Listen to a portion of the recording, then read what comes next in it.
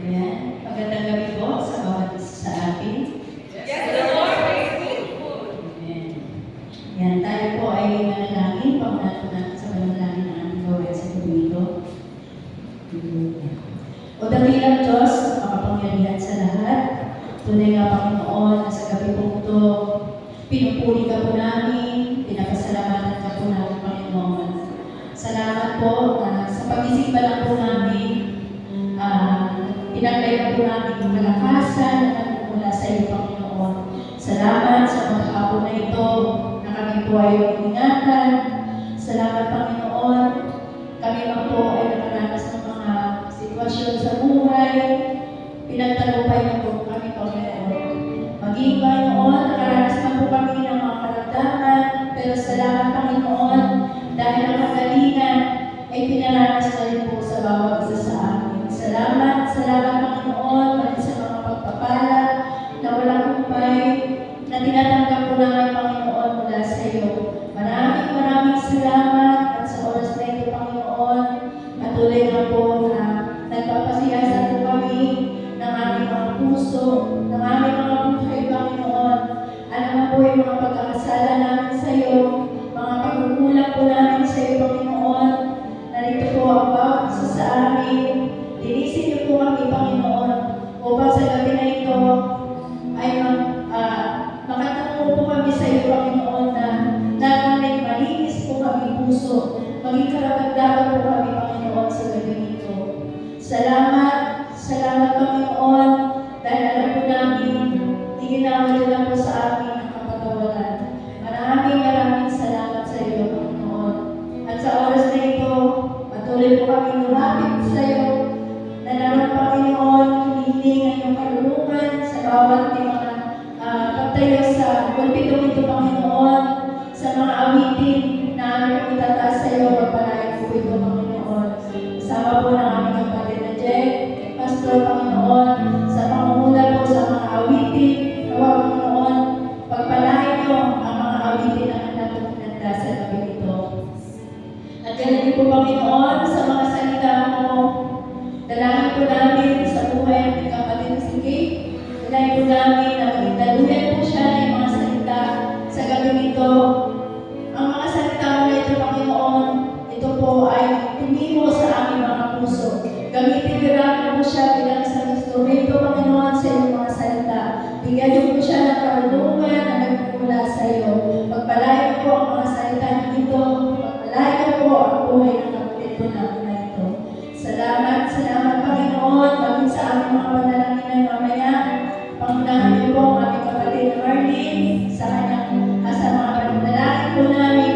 Ikaw ang bigay sa kanya, Panginoon, ang karunungan kung paano, Panginoon, ang pangunguna niyo po sa aming mga itutulog sa iyo. Salamat, Panginoon, at sa gabi nito, ikaw po ang aming may tataas, ikaw ang siya namin manakila. Pinanyayahan po namin, Panginoon, ang iyong banal na Espiritu sa aming kalagitnaan, na ikaw, Panginoon, ay aming mapapulihan sa gabi ito dahil ikaw ang aming Diyos na dakila sa aming buhay. Wala kaming ibang Diyos na sasampahin, Panginoon, kung hindi ikaw lamang. Salamat. Maranasan po namin, Panginoon, ang katagumpayan na nagmumulan sa iyo. Gatin din po, Panginoon, ang aming mga kapatid ng ligtas sa lugar na ito. Kami po ay sama-sama magpupuri, sama-sama makikinig na iyong mga salita, sama-sama mananalangin sa gabi ito. Bigisin niyo po ang bawat isa sa amin. Bigisin niyo kami ng iyong pag-ibig, Panginoon. Maraming salamat po sa ito namin inataas ang gabi ito. Sa tamang kapangyarihan pangalan ni Kristo Jesus. Amen.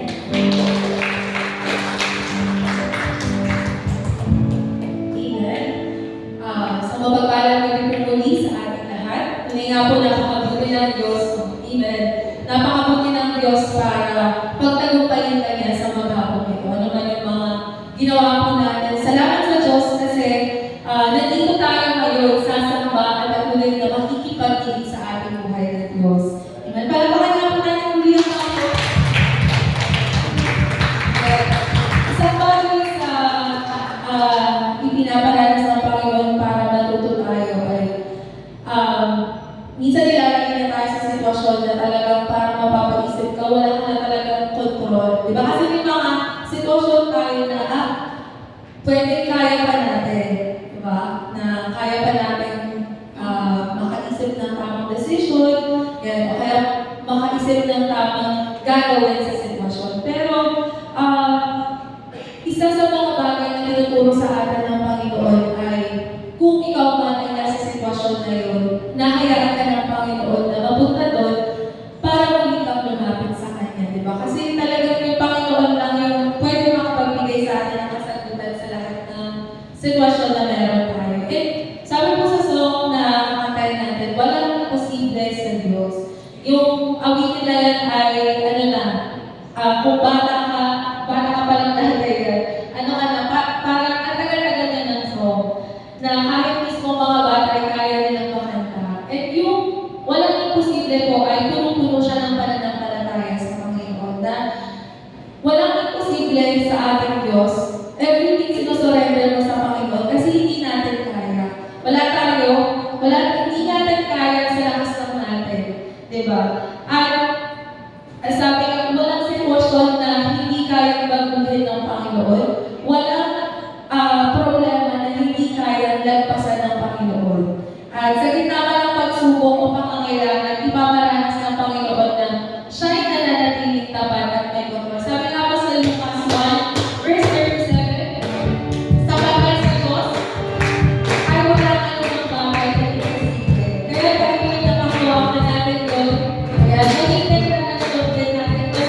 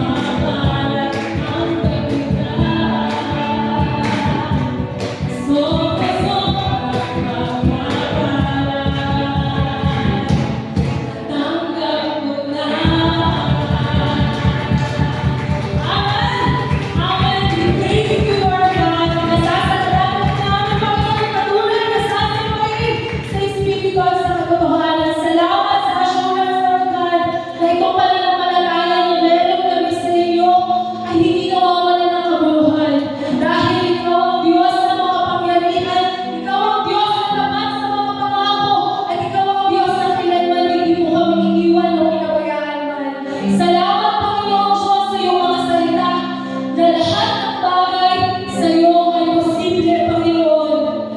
Hallelujah. Nawa, Panginoon Diyos, na sa gabi na ito, mabuno kami ng pag-asa mula sa inyo, Panginoon. Naniniwala kami, Panginoon, na hindi ka matapos sa lahat ng ginagawa mo sa aming buhay. Kaya't marapat lamang, Panginoon, na sa aming bawat gagawin sa gabi nito, Panginoon, ikaw ay magtaas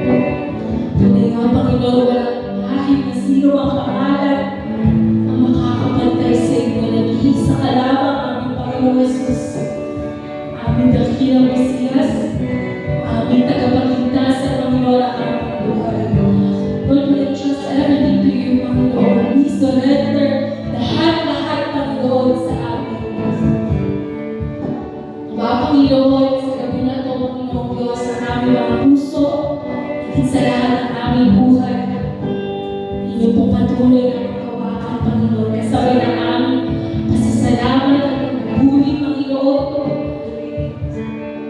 Patuloy kang magtaas sa aming mga buhay. Hallelujah. We are now ready, Lord, to receive your word. Amen. We are excited, Lord God, sa lahat pa ng mga gagawin mo sa amin. Minsan pang patuloy na kausapin mo kami, Panginoon, at maranasan ka namin sa pinakamalalim na kaparaanan mo, O Diyos. Mananasan namin, Panginoon, ang totoong encounter sa iyo, Panginoon. Nagpapasalamat kami ngayon pala sa kapangyarihan ng mga salita mo na amin pong mananalasan, Diyos. Salamat, salamat. Tunay nga pong bawat isang pinagpala mo na hindi kami lalabas sa lugar na ito na hindi namin natanggap. Ang iyong mga pangako, Panginoon, na nakapangyarihan ang pagpapala mula sa ito. Kagalingan man yan, pagpapala, mga bagay na amin pong itinadalangin, Lord. Sa iyo na muna namin pinagkakatiwala ang bawat kasabutan nito. Salamat, salamat, salamat po, Panginoon. Sa iyo lahat ng papuri, sa iyo lahat ng aming pagsama.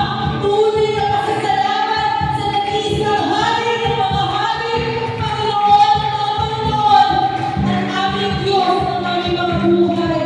Give you all the glory, honor, and praise in Jesus' name. Amen.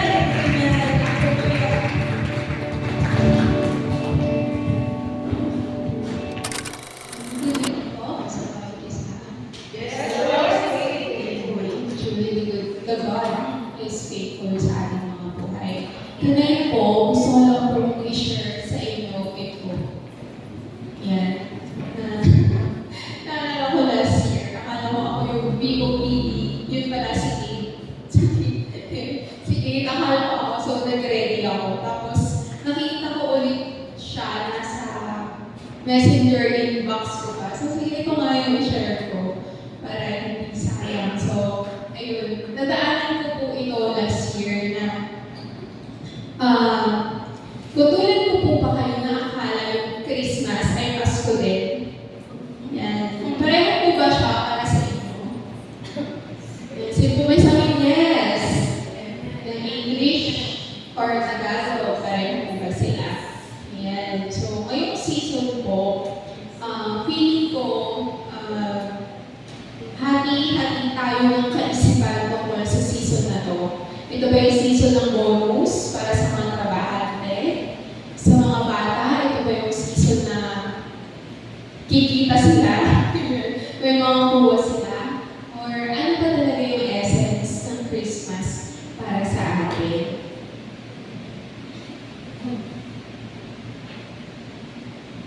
Yan. Yan po yung tanong. Ang translation ba ng Pasko ay Christmas?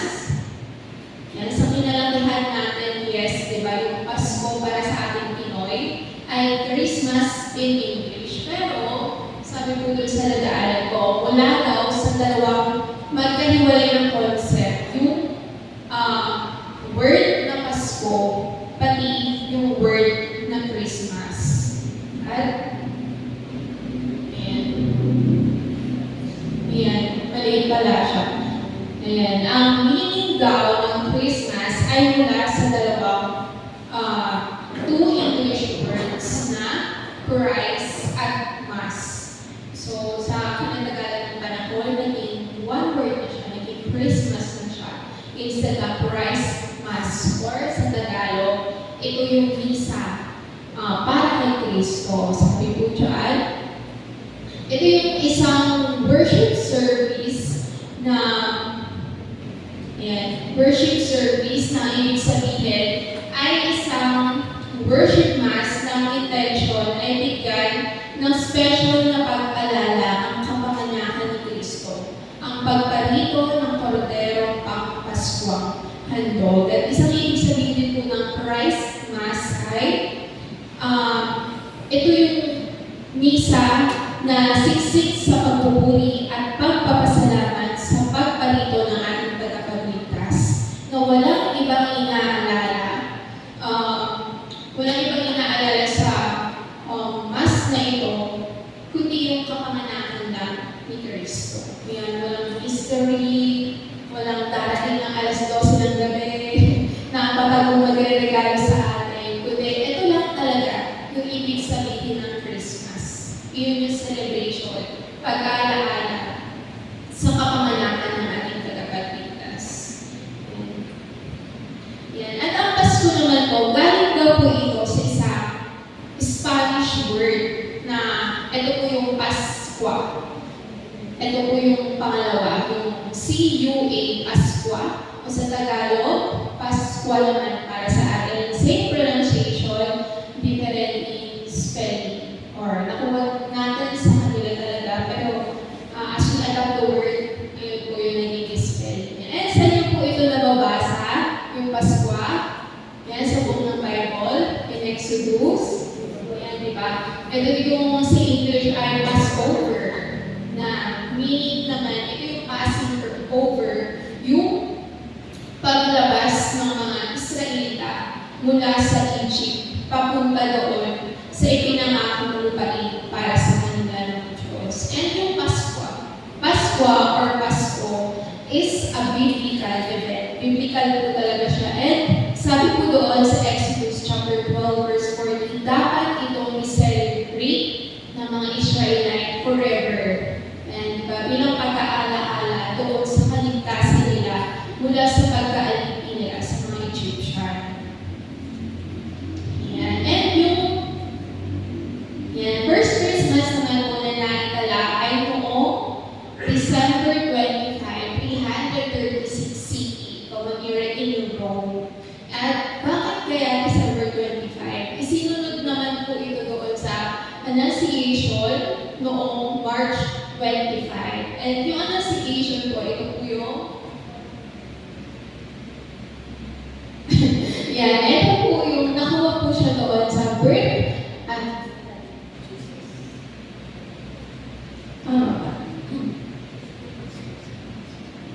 yan, ito po yung dinalaw ng angel si Mary. Ayan, the birth of Jesus foretold na makikita po natin sa Luke chapter 1 verses 28 to 31. Hayaan niyo pong basahin ko dahil maliit po ata sa inyo. In verse 28, the angel went to her and said, greetings, you who are highly favored, the Lord is with you. 28, Mary was greatly troubled at his words and wondered what kind of greeting this might be. In 30, but the angel said to her, do not be afraid, Mary. You have found favor in God. 31, you will conceive and give birth to a son, and you are to call him Jesus. So, nakuha daw nila ito in March 25, after 9 months. That is December 25 exactly. At yun po yung ginawa nilang celebration ng first Christmas. And sa Luke chapter 2, verse 6 and 7, dito naman po natin mababasa yung fulfillment of the promise here. Ito po yung kaya po ulit basahin ko sa inyo. While they were there, the time came for the baby to be born, and she gave birth to her firstborn, a son. She wrapped him in cloths and placed him in a manger, because there was no guest room available for them. Yan, pinanganak yung ating tagapagligtas sa isang samsakan. Kahapon po sa ating devotion ng praise and worship team, may kita po natin sa verse 8 niyan, sabi po doon ng angel naman sa mga shepherd, good news. Itong event po na ito, yung kapanganakan ni Jesus, is good news. Amen po ba? Yan, naalala ko rin po yung isang ka-word dati, yung sinabi ko sa kanya na laking church ako, laking Sunday school ako. Sabi niya, ang swerte mo naman na parang bata ka pa lang, alam mo na yung mga kwento sa Bible, ba, alam mo na yung tungkol kay Jesus, and ibig sabihin, familiar ka na sa Bible. So, naalala ko po ito nung i-review ko na we Christians, we are blessed enough na hindi lang natin tuwing Pasko naaalala na may tagapagligtas tayo na sinilang para sa atin. We are blessed enough to experience this every day of our life, di ba po? Na nandoon yung pagkilala natin sa ating tagapagligtas every day. And kagandahang loob ng ating Diyos Ama na yung isang Diyos gumawa ng paraan to save us doon sa tiyak na kamatayan. And that is through His Son, Jesus Christ. Sige, next. Why do we celebrate Christmas? Sabi po dyan sa nag-iisang point, because we believe that the Son of God, our Savior Jesus Christ, was born. May iba pa po ba tayong dahilan?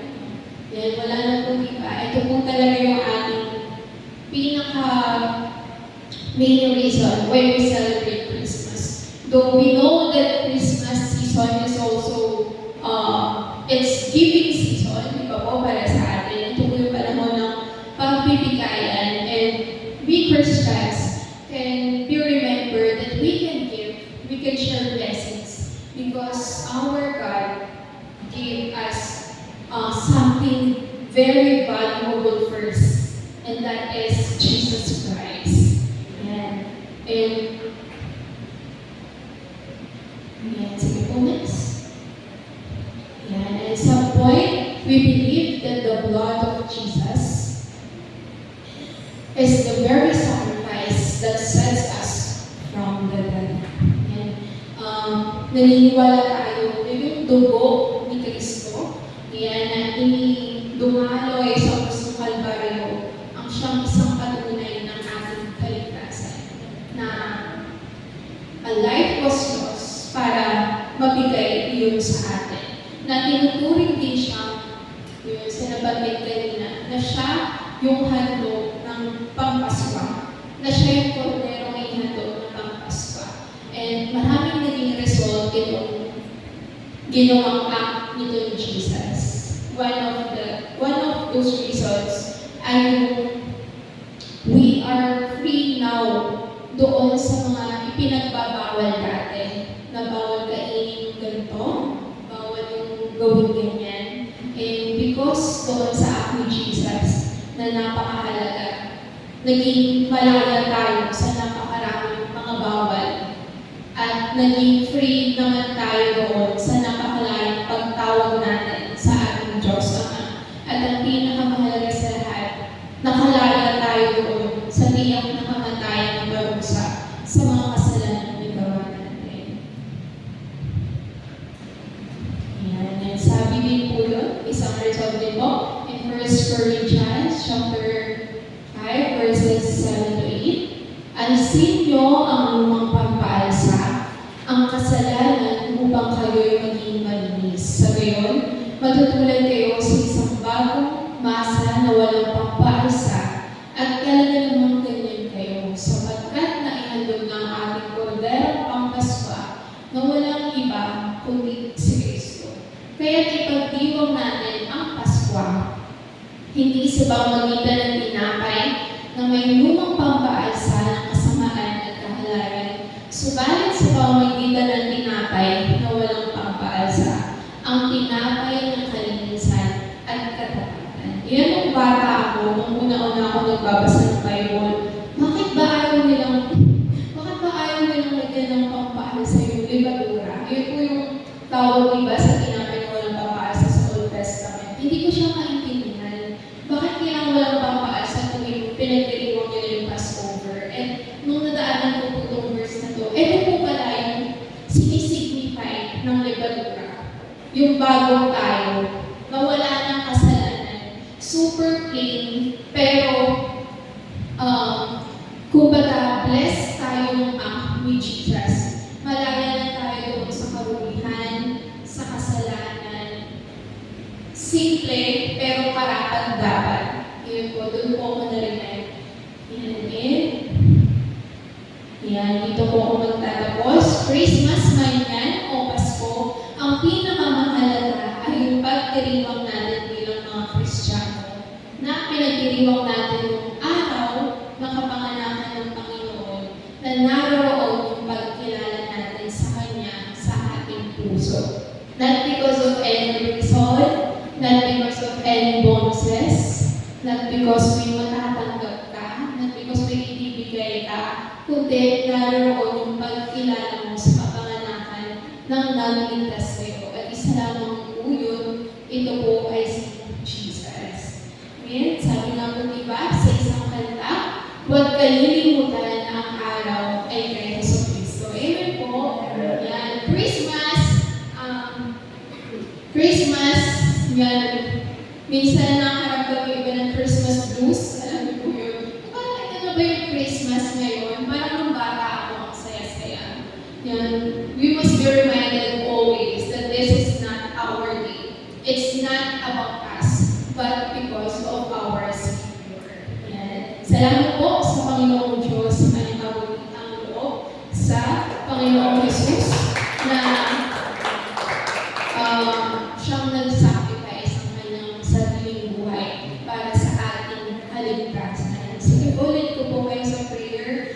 Ama namin Diyos, na makapangyarihan sa lahat, lagi namin aalalahanin na meron ikaw sa aming buhay. Lagi ka namin itataas, lagi ka namin sasambitin sa sarili namin, sa ibang tao. Lagi namin i-represent ikaw at hindi kami, Panginoon. Sa ganung kaparaanan, ikaw po ang aming maitaas, sabi kami naman po ang ibababa, Lord. Hayaan mo ang buhay namin mismo ang mag-speak na meron ikaw sa aming buhay na continuously nararanasan ka namin sa araw-araw. Salamat, Panginoon, na hindi man exactly that day ang iyong kapanganakan. Araw-araw, we are being reminded na you are continuously working sa buhay namin. Salamat, Lord, for being faithful. Salamat, Lord, sa kagandahang loob. Salamat, Lord, sa banal mong awa. Salamat,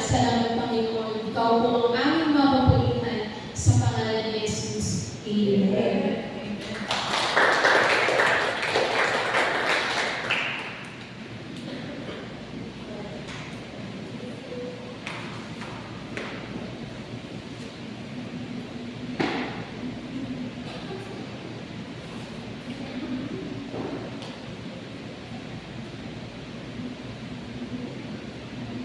Maraming salamat kapatid sa pagbabahagi ng iba't ibang salita sa galing ito. Iyan mo po basahin po ang Hebreo chapter 4 verse 16. Sinasabi po dito sa kanilang na salita. Kaya huwag tayong mag-atuloy lumapit sa trono ng mahabaging Diyos upang makamtan natin ang habag at pagpapala na tutulong sa atin sa panahon ng ating pangangailangan. Yan, tayo po ay magpa-partner. Yan, mamaya po sa pagkatapos na po ng prayer, yan, tayo po ay hilong. Pagunahan po tayo ni Pastor po sa prayer item na para po sa revival night at i-close po first. Yan, kuha po tayo ng ating partner.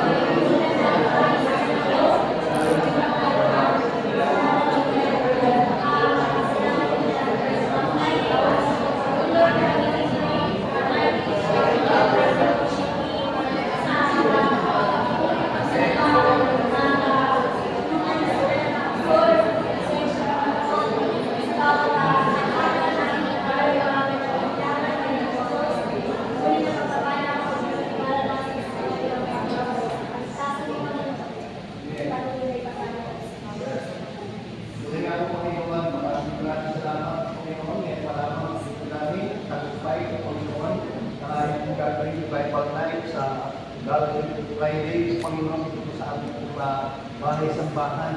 Dalangin po namin na ang patuloy na kagandahan ng panahon ng Panginoon. Patuloy po namin sa maranasan, maging mga kapatid po namin na nasa lugar po ng Balangan o pag-apon po sa lugar po na ito.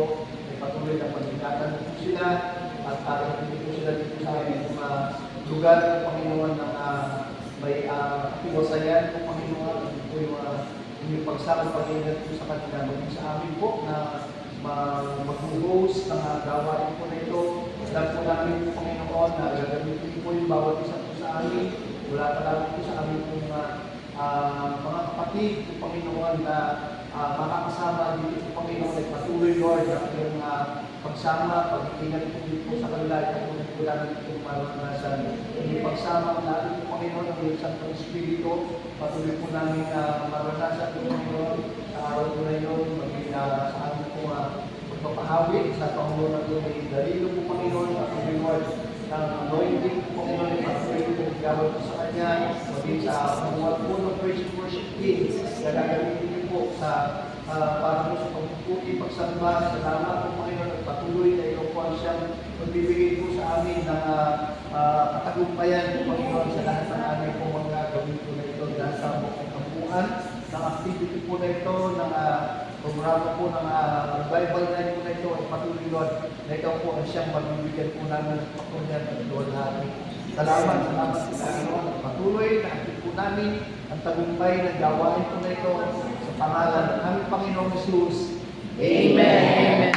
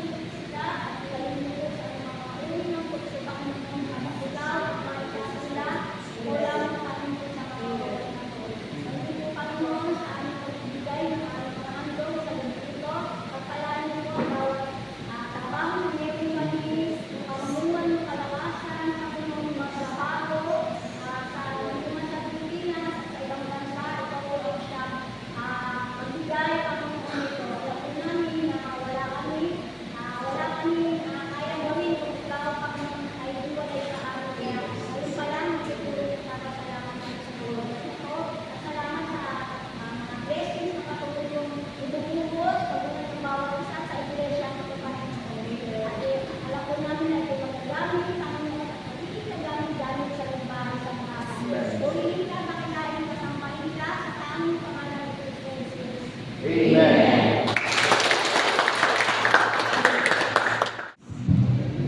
Sige po, tayo po tayong lahat. Tayo po ay magpamukasan po sa ating po panalangin. So tayo po natin manalangin. Ang manalangin Diyos na makapangyarihan sa lahat, tuwing nga po Panginoon, at tuwing nagpapasalamat po kami sa tagumpay ng gawain po namin na ito sa aming mga sama-sama pagpupuri, pagsamba. Salamat po Panginoon at ikaw po siyang patuloy ay gumagabay at kumulubog po Panginoon sa aming po kalagitnaan. Salamat po Panginoon sa patuloy na pagbibigay niyo po sa amin ng iyong mga banal na salita. Salamat po Panginoon. Alam po namin na ikaw po ang siyang patuloy na magpapala pa po Panginoon, magbibigay pa ng iyong mga salita po Panginoon sa lugar po na ito at magsisilbing kalakasan po ito ng aming po mga spiritual na buhay at patuloy na mamibahagi po namin ito sa aming po kapwa. Salamat po Panginoon at patuloy na ikaw po ang siyang lumubog sa bawat isa po sa amin, maging sa lahat ng aming po mga idinulog sa inyo sa aming po mga pananalangin, maging personal man ito o mga aming po mga prayer item. Lord, alam po namin na sa inyong takdang panahon, ito po ay yung pagkakagawag sa bawat isa po sa amin, yung lahat ng aming po mga dinarangin po namin po na ito. Salamat po Panginoon at patuloy na maging sa amin pong masamantalang pag-iwahiwalay, dalangin po namin ng iyong pagsama, pag-iingat po Panginoon ay patuloy po namin itong maranasan. Ihatid niyo po kami ng ligtas sa aming pong pag-uwi at datnan din po namin yung aming pong mga mahal sa buhay na naroon din po yung galak sa kanila pong mga puso. Kaya naman po Panginoon, patuloy Lord na sa inyo po namin pinagkakatiwala yung gabi po na ito at katagumpayan ay patuloy po namin itong maranasan. Salamat po Panginoon, maging yung aming pong pagsasalusaluhan sa gabi po na ito, patuloy Lord na pakalinisin niyo po ito at silbing kalakasan po ito ng aming pong mga physical na panguntawan. Magamit po namin sa aming pong ginagawang paglilingkod sa inyo. Salamat po. Naway taglayin ng bawat isa yung mga biyaya at pagpapala na nanggagaling sa ating Diyos Ama, ang pag-ibig na nanggagaling sa ating Diyos Anak, at ang pagsama ng Santong Espiritu ay patuloy po natin itong maranasan ngayon at magpakailanman. Amen.